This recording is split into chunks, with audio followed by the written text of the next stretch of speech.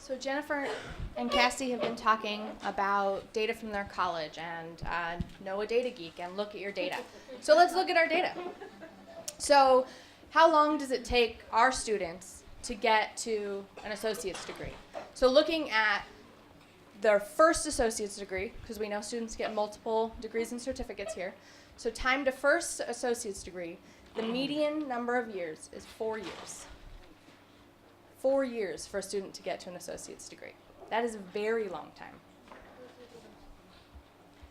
So the next thing we looked at is the number of transfer units earned upon students who've received their associate's degree. So I looked at the associate's degrees in the last 3 years, and we are looking at the number of units students accumulated here at CCSF when they had their degree. So I put them in buckets because the average wasn't good enough. So what we have here, I'm going to put a line here because the three on the right, the left, the three on the left are students who transferred in units, right? Because it's under 60. You need at least 60 to get an associate's degree here at CCSF. So we don't actually know how many units they've earned. They could have accumulated a lot more at other colleges. But we know that here at CCSF, that's how many they got. We're going to kind of ignore that half for today. And so we're only going to look at the right side. And what we want to see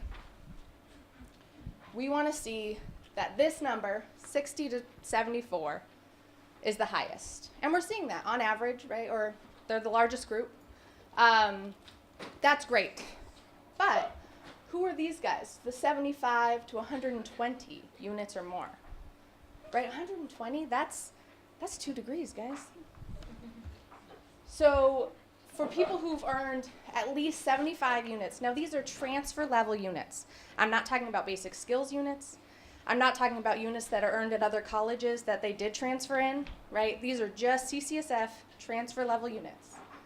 We have 43% of our degree earners in the last 3 years have more than 75 units. That's a big chunk of our students who've received a degree, an associate's. Now, we have some degrees here, right, that are higher than 60 units, right?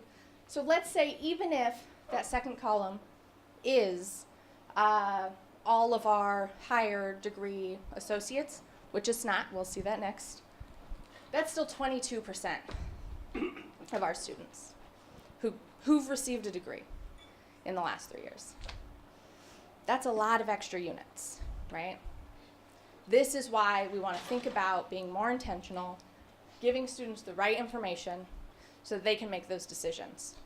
If they intend to get 120 units, they can. I'm not sure if they all do, right? So now let's look at the number of units accumulated by degrees. So these are our top 3 degrees. They're not assigned to a department. These are our general liberal arts degrees. So the liberal arts, social and behavioral sciences is the highest, right? In the last 3 years, we gave 919 students a degree in that area. And we see the same thing, right? The highest is in the middle. That's great. But we still have a high number of students getting way more than 60 units. And we know these degrees, at least that first one, only needs 60. The second one is math. It skews a little more towards the right.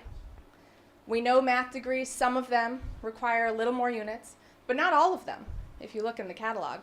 Some of them are just a 60 unit, and so it skews a little to the right, and we can see that. And then here's the liberal arts and humanities, the next most popular degree. Now, after this, the next popular degree is psychology with 130-something degrees in the last 3 years.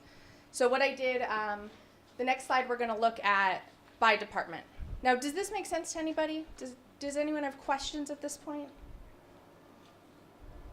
Yes? I don't have a question, but I think it'd be useful to cut it at 70 because 70 is the most you can take and transfer, right, to CSU. So just to...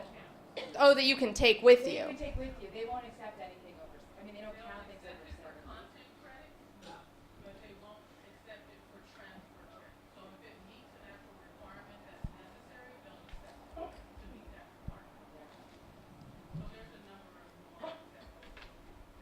So that's interesting. So if a student is planning on transferring, the transfer institution will take up to 70 units. So we still have, right? We have a high number of students in those other buckets. Yeah. That's CSU, I think.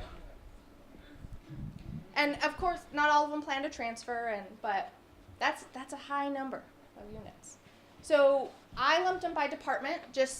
So we picked a few departments to look at, and we've lumped them by department to see what they look like. Right? Administration of justice, a nice middle high ground. Still some people on the end, but not as many. Right? Business is tailing more towards the right.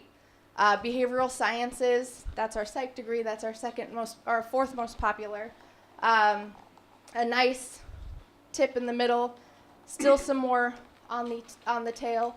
Interesting, CDev, right, has more skewed to the right, and we know their degree and certificate is 60 units. And again, yes. Yeah, because in the child care world, if you take more classes, you get higher pay, and there's staffing. So I knew there was a story behind CDev. I know that. But I think this is still interesting to look at. I'm not saying anyone is in trouble, but I think that this is something that we should absolutely look at as we move forward and as we go into our mapping activities today, right? And then we have 3 more departments here.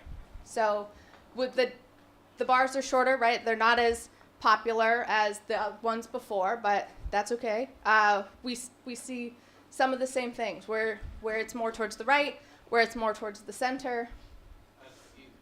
Yes. How many degrees that you It got cut off. Just over 100. So he said he was wondering for the computer networking and information technology degree, how many degrees were earned in the last 3 years. And so these are counts as students. Oh, it doesn't matter, it's the same. And it's just over 100 and it got cut off. Sorry. Excuse me, do your degrees include certificates? No, these are just associates. Yes, just associates. Any other questions? All right, so I think that's what we would like you to think about and consider as you move forward. And I'm going to give this back to Michelle.